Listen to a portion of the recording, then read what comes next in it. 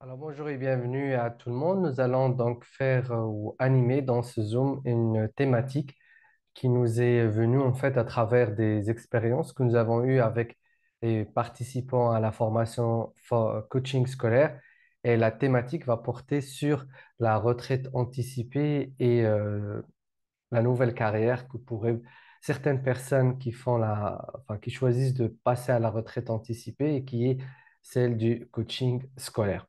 Alors, je me présente, je m'appelle Faisal Hafidi, je suis formateur et coach en développement personnel et formateur des étudiants en coaching scolaire et également fondateur de Learning Coach, cabinet de formation qui propose aujourd'hui des certifications en coaching scolaire. Et bien évidemment, nous allons donc voir dans cette présentation plusieurs aspects qui vont concerner en tout cas les personnes qui seraient peut-être intéressées par un autre métier après leur retraite anticipée et surtout celles et ceux qui sont dans le domaine de l'éducation. Alors, si vous le permettez, je vais d'abord partager donc mon écran. Voilà, donc, comme vous le voyez, on va voir plusieurs points. Donc, on parle évidemment de la retraite anticipée. Je vais quand même donner un titre à cette conférence. Donc, retraite anticipée et le coaching scolaire. Le coaching scolaire. Alors ici, donc on va voir plusieurs points. Premier, on va choisir une autre couleur ici. On va d'abord donc voir qu'est-ce que le coaching scolaire. Ça c'est important parce que pour certaines personnes peut-être c'est quelque chose de nouveau. Et, on va voir ensuite donc, avec qui travaille un coach scolaire? Donc, c'est quoi ce métier s'adresse à qui au juste? Est-ce qu'on travaille qu'avec les élèves? Est-ce qu'on travaille avec les écoles également? On va répondre à cette question. Puis, on va voir pourquoi certaines personnes, en tout cas, qui sont venues s'inscrire à la formation, ont décidé, de faire une retraite, mais pas forcément un retrait. Donc, ça, c'est le troisième point. Et puis, on va voir que le besoin de passer au coaching scolaire vient de quelque chose d'avant le fait de vouloir devenir coach scolaire, c'est de partager son expérience, mais surtout de la partager avec bienveillance. Et puis, beaucoup de ces personnes qui voudraient partager leur expérience, alors cherchent soit à devenir formateur, consultant, conseiller, conférencier, et se posent toujours la question lequel choisir. Mais on va voir qu'en fait, le point commun entre tous ces points, c'est le fait d'être un expert dans la relation d'aide. Et ce qui permet d'être expert dans la relation d'aide, c'est évidemment la formation coaching scolaire à travers une double certification, ce que nous allons voir donc coach de vie et coach scolaire. Donc ça va être notre sixième point. Et puis septième point ici et huitième point là.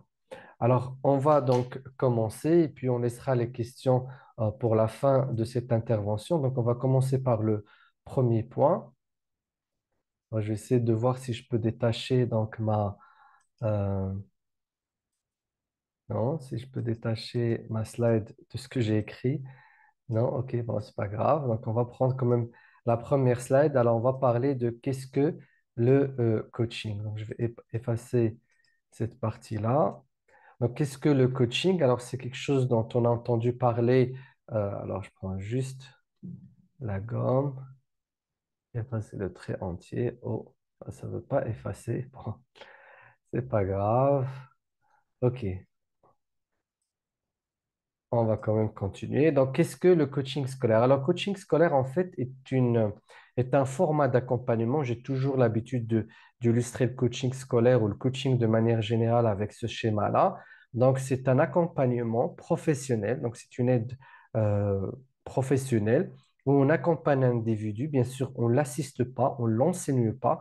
On l'assiste, on l'accompagne pour qu'il puisse atteindre un objectif bien précis. Alors, le coaching scolaire en lui-même est une spécialisation. Donc, il s'agit d'une spécialisation du domaine du coaching de manière générale. Alors, il y a tout d'abord ce qu'on appelle le coach de vie. Donc, ça, c'est on va dire, la formation de base, donc le coach de vie. Et puis le coach de vie peut se spécialiser, devenir donc coach scolaire. Donc c'est une spécialité du coaching de vie. Alors, le coach scolaire, c'est quelqu'un qui va donc essayer de travailler avec une démarche très professionnelle pour pouvoir dégager ce qu'on appelle les ressources internes. Donc, dégager les ressources internes de son coaché et externes, donc on appelle les ressources. Donc, c'est un mot du coaching. Donc, chercher chez le client toutes les ressources qui vont lui permettre principalement d'avancer et avancer vers un objectif qui va être bien évidemment fixé. En fait, c'est comme le coaching sportif. Il faut prendre un peu comme ça. Le coaching sportif et le coaching de vie, c'est la même chose. Donc, on aide la personne à avancer, on ne la pousse pas, mais on la met de côté et puis on va l'accompagner petit à petit jusqu'à ce qu'elle puisse atteindre un objectif bien précis. Alors, quand on parle de coaching scolaire, et bien sûr, les objectifs fixés l'objectif fixé ici, ça peut être soit des objectifs académiques, donc s'il s'agit donc des élèves et des étudiants, ça peut être des objectifs psychologiques, ça peut être des objectifs euh, cognitifs, bien évidemment, pour tout ce qui est technique d'apprentissage, ça peut être des objectifs organisationnels ou productifs organisationnelle et tout autre objectif. Donc, ça peut être des objectifs de performance, ça peut être des objectifs de bien-être, tout type d'objectif. Et le coach, en fait, ne décide pas de l'objectif, c'est le client. Donc, on appelle la personne qu'on accompagne le coaché ou le client qui donc va décider de ses objectifs. Et le rôle du coach, c'est juste de l'accompagner pour atteindre ses objectifs. Bien évidemment, après avoir travaillé sur ses objectifs et après avoir évalué la pertinence et la capacité donc d'atteindre ces objectifs. On ne peut pas bien évidemment faire l'impossible en tant que coach scolaire. Et donc, la deuxième question du coup à laquelle nous allons répondre, c'est avec qui donc travaille le coach scolaire. Alors, juste enlever ce trait. Donc, avec qui travaille un coach scolaire? Alors, souvent, on aura tendance à croire que le coach scolaire travaille avec les étudiants et les élèves, vu le nom du coach scolaire. Alors, oui, certes, le coach scolaire va d'abord travailler avec les élèves et les étudiants. Donc, ça, c'est la cible principale. Je vais le noter ici. Donc, les élèves et les étudiants. Alors, sachez que ce sont en fait des élèves qui vont avoir l'âge d'être accompagnés. Donc là, c'est plus de 13 ans en général. Et bien évidemment, tout adulte, tout apprenant qui s'engage dans un projet d'apprentissage, ça peut être aussi des professionnels, des personnes à la retraite, mais toute personne qui voudrait être accompagnée pour réussir un bac, pour réussir un concours, pour réussir une démarche d'apprentissage. L'autre cible, c'est les enseignants. Et donc, un coach scolaire peut également accompagner les enseignants, soit sur des problématiques d'apprentissage et d'accompagnement de leurs propres élèves, soit sur des problématiques de coaching de vie. Donc, parce qu'un coach scolaire, rappelez-vous, c'est quelqu'un qui est d'abord coach de vie. Un coach scolaire est d'abord un coach de vie. Donc, ça, c'est un. On est d'abord coach de vie et ensuite on devient coach scolaire 2. On va parler de la double certification. Donc, quand on accompagne les enseignants dans le milieu scolaire, donc on les accompagne aussi pour des problématiques de coaching de vie. Et bien évidemment, tous les cadres donc du système éducatif, donc que ce soit des directeurs pédagogiques, des directeurs généraux du système donc éducatif, des personnes qui travaillent qui ont d'autres fonctions dans les établissements scolaires ou même dans les institutions scolaires, on peut les accompagner. On peut accompagner également donc les parents qui sont concernés par les problématiques d'apprentissage, comme on peut aussi les accompagner sur le volet donc de coach de vie. Et on peut également donc accompagner tous les intervenants, en tout cas tout intervenant. Ça peut être des formateurs, ça peut être de futurs conférencier, intervenant éducatif. Donc, vous voyez que ici, enfin, le spectre d'intervention des coachs scolaires est très large. Tout dépend donc du projet. Tout cela dépendra donc, c'est une spécialisation dans la spécialisation. Tout dépendra donc du projet de la personne qui voudrait faire du coaching scolaire. Alors, il y a des personnes qui voudraient se spécialiser uniquement sur ce volet-là. Il y a d'autres personnes qui pourrait peut-être spécialiser davantage sur le volet des adultes et des intervenants éducatifs. Et il y a des personnes peut-être qui vont aller plus travailler avec les parents pour les aider à accompagner leurs élèves. Et puis, sachez qu'on peut également accompagner tout un établissement. Ça va peut-être se répéter ici, mais tout un établissement peut être sujet d'un accompagnement. Et ça, en fait, l'idée, c'est qu'on peut avoir des contrats avec des écoles ou des établissements éducatifs pour pouvoir donc les accompagner dans ce sens. Vous avez également, vous avez également ici d'autres, enfin, on va voir le troisième point de cette conférence.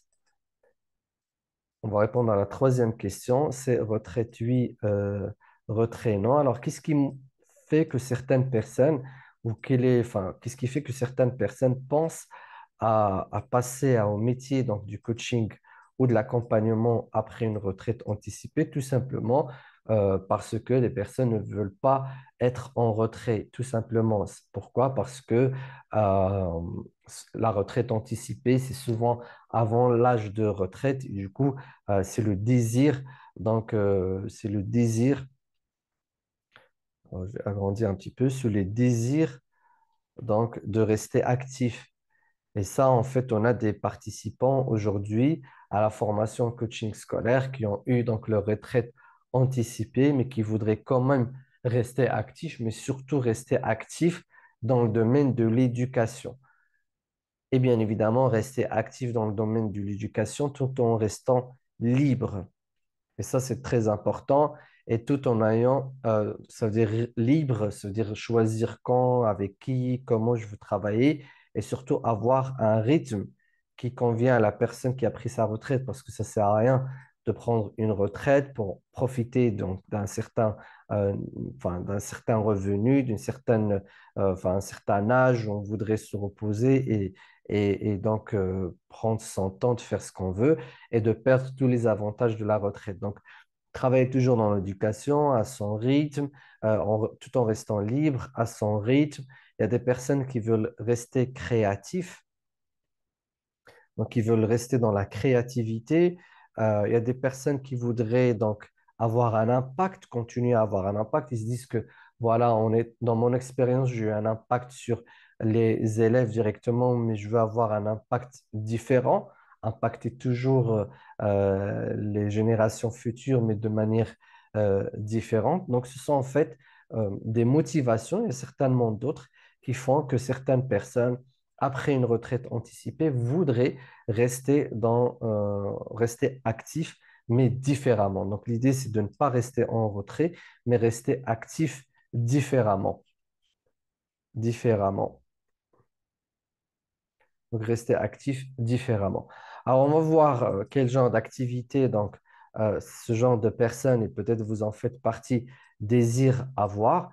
Eh bien, en fait, souvent, après une retraite anticipée, ce qui nous motive à travailler ou à continuer à travailler, c'est de partager donc, son expérience. Et souvent, ce que les personnes qui se sont engagées dans la formation coaching scolaire ont partagé avec nous, c'est le partage de l'expérience. Mais le partage de l'expérience, alors dans l'enseignement, c'est souvent fait avec une manière très différente. C'est souvent en étant dans l'inspection, par exemple, en étant dans le contrôle, la correction. Et en fait, c'est des personnes qui ne voudraient pas rester dans cette posture-là, mais d'avoir une posture de bienveillance, c'est-à-dire partager son expérience euh, sans stress, sans imposer quoi que ce soit, sans vouloir donc rentrer en conflit avec les générations futures, sans vouloir réprimander si je travaille avec les élèves, parce que malheureusement, dans le domaine de l'éducation, il y a beaucoup d'autoritarisme Il y a beaucoup de disciplines qui sont mal comprises. Et bon, ça fait partie du domaine. Mais ces personnes-là qui sont parties à la retraite de manière anticipée voudraient rester dans l'éducation, mais on va dire avec un autre mindset, donc avec, on appelle ça un autre mindset, donc une autre mentalité. Et ce mindset ou cette mentalité, c'est tout simplement le fait de rester bienveillant. Alors, les fonctions qui viennent à l'esprit qui ont ce mindset-là, euh, que ces personnes qui passent à la retraite anticipée envisagent souvent, donc c'est de devenir formateur, consultant, conseiller, conférencier. Mais souvent, pour pratiquer donc, ce genre de métier, eh bien, on n'a pas les outils, on ne sait pas sur quoi, donc il y a un problème d'outils, il y a un problème donc, de formation, quelle formation faire pour pouvoir donc, être formateur ou conseiller ou conférencier. Souvent, pour conférencier, conseiller, il n'y a pas de formation et consultant non plus. On pourrait peut-être faire une formation de formateur, mais ensuite, c'est comment faire tout cela. C'est comment pouvoir conseiller, comment pouvoir animer une conférence, pour qui, pour quel contenu. Donc, il y a toujours il y a un problème de démarche ici, et puis un problème de projet. Donc, quel projet envisager? Est-ce que j'ouvre un cabinet? Est-ce que je vais aller contacter les écoles? Quelle population cibler? Comment démarrer? Comment je facture tout cela, comment je me fais payer, comment je me fais connaître. Il y a beaucoup d'aspects qui sont inhérents à chacune de ces métiers et qu'il va falloir donc auxquels il va falloir apporter une réponse. Alors, ce que nous, on suggère à Learning Coach, et c'est comme ça que nous avons conçu la formation donc, de coaching scolaire, c'est tout d'abord donc, pour ces personnes-là qui voudraient faire ces métiers ensemble, c'est d'abord euh, devenir un expert de la relation d'aide. Parce que quand on veut partager donc, sa expérience avec bienveillance, on doit d'abord donc être un expert de la relation d'aide. Donc la relation d'aide aujourd'hui est un domaine à part entière. Donc c'est sur quoi on forme nos coachs donc à part entière. C'est sur quoi on forme nos coachs. Donc, on les forme à devenir donc des experts tout d'abord de la relation d'aide, c'est-à-dire comment j'apporte de l'aide à n'importe qui. Donc, ici, c'est comment accompagner. Donc, la relation d'aide, c'est tout simplement comment faire de l'accompagnement, donc de l'accompagnement professionnel, de l'accompagnement professionnel. Comment faire de l'accompagnement professionnel, quelle que soit la personne que j'accompagne, quel que soit son âge, bien sûr, en étant jeune adulte, quel que soit son domaine. Donc, comment je peux apporter un accompagnement professionnel de manière basique. Donc, une fois on a cette capacité à apporter de l'aide de manière professionnelle, on pourra ensuite envisager, donc, et c'est ce qu'on propose dans la formation coaching scolaire, donc de commencer à travailler avec différentes personnes sur différents formats. En fait, ce que nous préconisons pour nos participants à la formation coaching scolaire, c'est de pouvoir, bien évidemment, coacher toute personne, donc pouvoir coacher, des ateliers, animer des ateliers, animer donc des conférences, pareil, animer des conférences et bien évidemment accompagner en conseil, en expertise, accompagner les adultes, quelle que soit donc leur profession dans le domaine de l'éducation. Alors, cela veut dire qu'en fait, en tant que coach scolaire, on développe une double expertise. On développe donc l'expertise de coach scolaire, ça c'est évident, mais on devient également expert en apprentissage accéléré. Et ça, c'est très important pour les coachs scolaires, donc en apprentissage accéléré. Donc, en fait, on va vous former à comment accompagner les adultes ou les écoles à améliorer leur qualité d'apprentissage en tant qu'apprenant, mais également en tant que dispensaire d'apprentissage. Et du coup, en fait, ça vous ouvre la porte à travailler avec n'importe quel intervenant, que ce soit un élève jusqu'à un inspecteur, par exemple, dans le domaine de l'éducation. Vous pouvez accompagner toute cette personne-là et vous pouvez également donc animer des conférences, des formations, des ateliers euh, et de conseiller sur tout ce qui est aspect donc apprentissage. Et ça, c'est très important à savoir quand on veut faire une formation de coaching scolaire. Alors, comment on s'y prend? On arrive à notre dernier point, donc je vais mettre au-dessous ici. Donc, notre dernier point euh, qu'on va développer donc, dans cette conférence, c'est que on peut vous aider à devenir coach scolaire et expert en apprentissage accéléré en étant d'abord, bien évidemment, en étant d'abord expert dans la relation d'aide, c'est en vous offrant une double certification. Alors, la double certification, on vous la propose pour devenir en fait d'abord vous allez d'abord devenir donc coach de vie, donc je vais juste écrire ici. Et ensuite, vous allez avoir un certificat pour être coach scolaire. Alors, pour devenir coach de vie, on va vous former sur tout ce qui est d'abord donc relation d'aide. Ça, c'est important. Donc, ça, c'est ça va être votre premier certificat. Vous allez avoir donc tout ce qui est expertise pour la formation, enfin, pour la relation d'aide. Et ensuite, comment vous pouvez accompagner n'importe quelle personne sur n'importe quelle problématique. En fait, vous allez devenir un coach généraliste. C'est comme si on parle d'un coach, d'un médecin généraliste. Donc, un coach généraliste qui peut donc accompagner tout type d'individu, quelle que soit sa problématique, son objectif et quelle que soit sa demande. Et donc, ça vous ouvre les portes pour pouvoir vous spécialiser dans n'importe quel coaching par la suite. Vous voulez être coach parental, coach de couple, coach scolaire, coach généraliste tout court, coach en entreprise, coach pour les organisations, coach agile. Donc, vous pouvez vous organiser dans n'importe quelle discipline de coaching.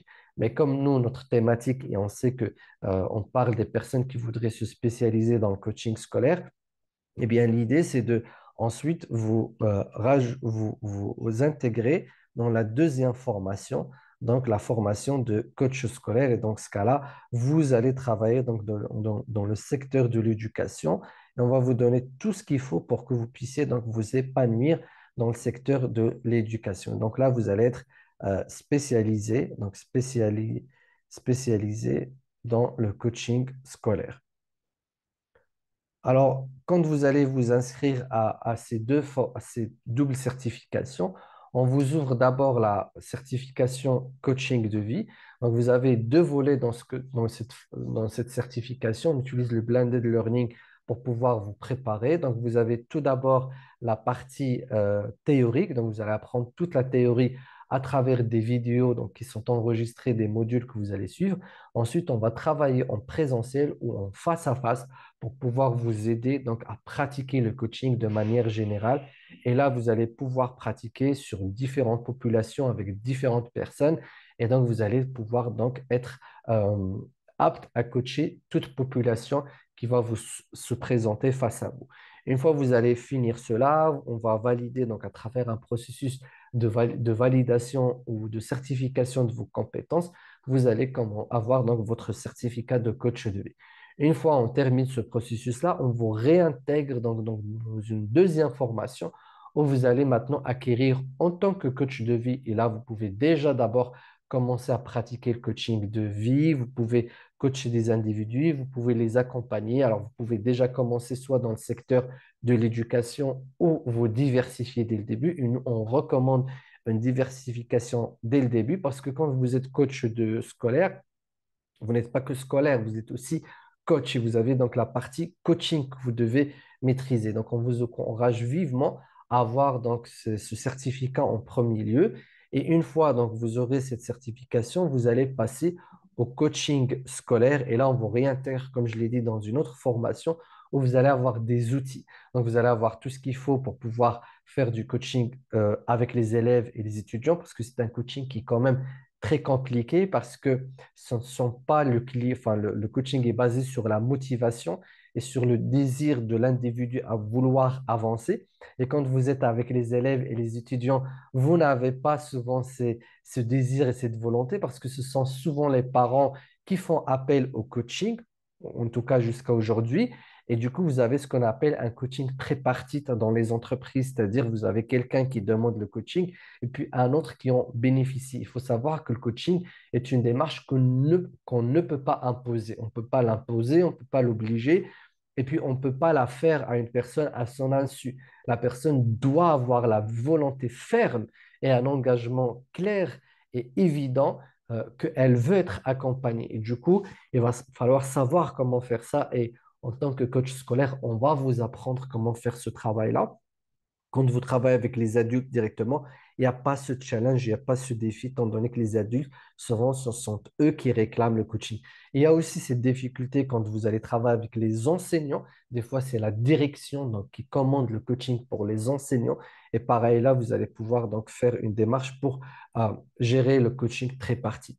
Et puis, vous allez avoir des outils clés en main, c'est-à-dire des documents que vous allez pouvoir imprimer, mettre votre logo dessus et pouvoir donc ensuite les utiliser, les réutiliser. On va vous donner des outils pour faire le coaching orientation, comment aider un élève ou un étudiant à s'orienter. On va vous donner des outils pour tout ce qui est coaching intelligence multiple. Et on va vous donner beaucoup d'outils pour pouvoir donc travailler sur ce qu'on appelle les 9 compétences de l'apprentissage. À Learning Coach, on a identifié 9 compétences de l'apprentissage sur lesquelles vous allez devoir coacher un apprenant. Donc, il s'agit ici du coaching élève et étudiant, mais on vous proposera également des outils pour pouvoir donc accompagner des écoles ou des organisations à travers donc des capsules, des Zooms. On vous propose des outils, de la nouveauté en tout cas, pour pouvoir avoir des outils pour faire un coaching organisationnel.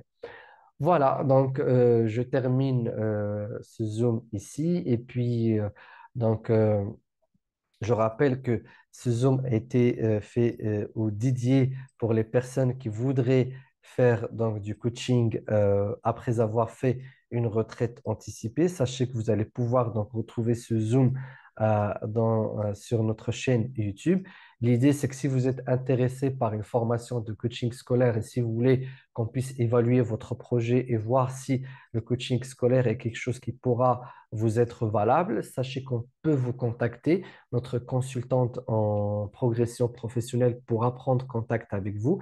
Il suffit juste d'aller, donc si vous êtes actuellement sur YouTube, donc vous pouvez aller sur le lien en bas de cette vidéo, remplir le formulaire et prendre contact avec nous et on sera ravis donc de vous accompagner dans cette démarche si le coaching scolaire et l'accompagnement, en tout cas si vous êtes dans la perspective de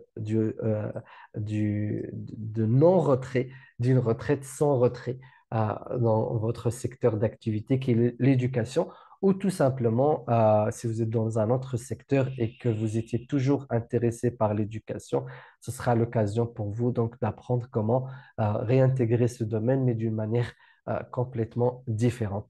Nous avons beaucoup de choses à dire sur le coaching scolaire, mais on ne veut pas s'étaler dans ce Zoom. On aura l'occasion de se revoir dans d'autres Zooms et parler de d'autres éléments sur le coaching scolaire.